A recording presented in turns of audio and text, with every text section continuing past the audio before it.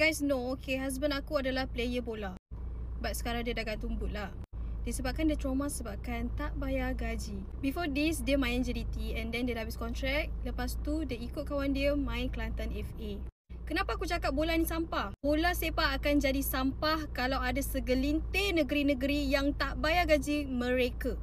Khususnya player-player lokal macam diorang. Dan macam mana diorang nak jadikan bola sepak ni as kejayaan ataupun career kalau negeri-negeri tak ambil titik beratkan pasal gaji diorang ni?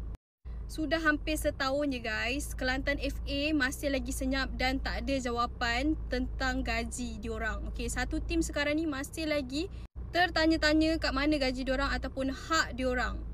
Aku rasa isu Kelantan ni bukan Kelantan saja kot. Ada lagi negeri-negeri lain yang tak bayar gaji. Sebab yelah, diorang main pakai kaki tau and then pakai tenaga. Kalau macam tu, baik diorang jadikan bola sepak ni as hobi.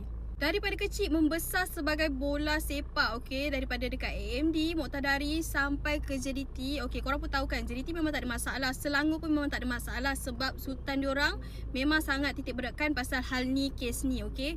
Sebab tu aku cakap, akan jadi sampah sebab ada segelintir negeri yang tak bayar gaji. Sebab apa? Macam mana? How diorang boleh survive korang? Selama setahun tu, diorang nak makan apa? Diorang nak buat apa? And then diorang pun ada komitmen diorang juga guys. Dan bukan itu sahaja, fisio pun tak ada, insurans pun tak ada. And macam mana? How diorang survive korang? Sebab tu kalau nak tubuhkan bola sepak ni, perlu sangat-sangat fikir ya. Itu sahaja aku nak cakap. Untuk Kelantan FA, saya harap Datuk dapat melansaikan semua hutang-hutang diorang ataupun hak diorang ya. Sebab itu memang hak diorang. Kalau tidak, tak apalah ya. Datuk settle lah dekat akhirat nanti.